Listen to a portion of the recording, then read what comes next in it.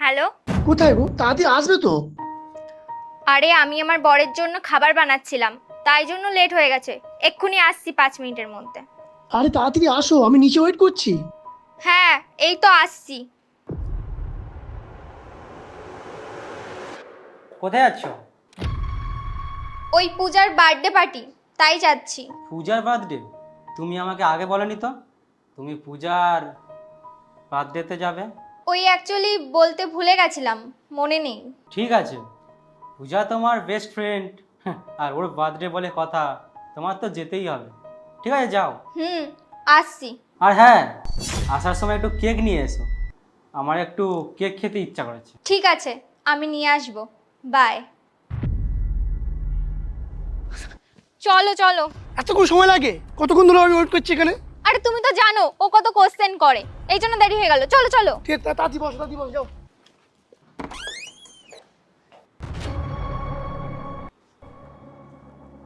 অনেক টাইম লেগে গেল তোমার আসতে।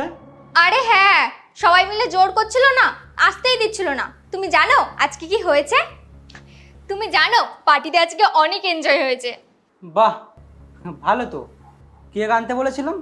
যা, আমার তো মাথা থেকেই বার হয়ে গেছে, আনতে ভুলে গেছি। তোমাকে বলেছিলাম আমার কেক খেতে ইচ্ছা করছে।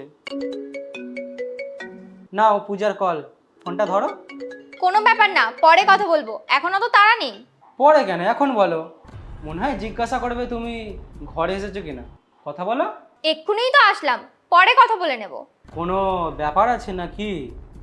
মনে হচ্ছে আমার কাছ থেকে যে লোকাচ্ছ আর ভয়ও পাচ্ছ। তোমার কাছ থেকে কি লুকাবো আমি? কিছু লুকাচ্ছি না।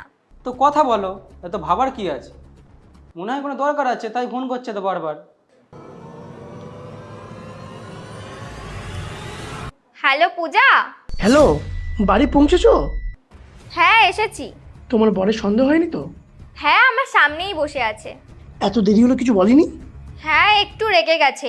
ওই বার্থডে কেক আনিনি তো, এই জন্য। তাছাড়া কিছু না। চলো, ভালোই হলো। তোমার বরটা না পুরোই হাঁদা। ও জানে না যে ওর বউ কোথায় যায়। আর হ্যাঁ, একটু খেয়াল রেখো যাতে জানতে না পারে। কি হলো, অবাক হচ্ছ? সন্দেহ তো আমার অনেক আগেই হয়েছিল, যখন রাত 1টার সময় পূজার ফোন এসেছিল। কোয়েল, তোমার ফোন।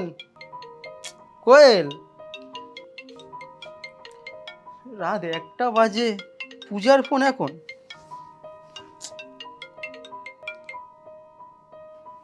কালকে সকালে ব্যাপারটা দেখছি।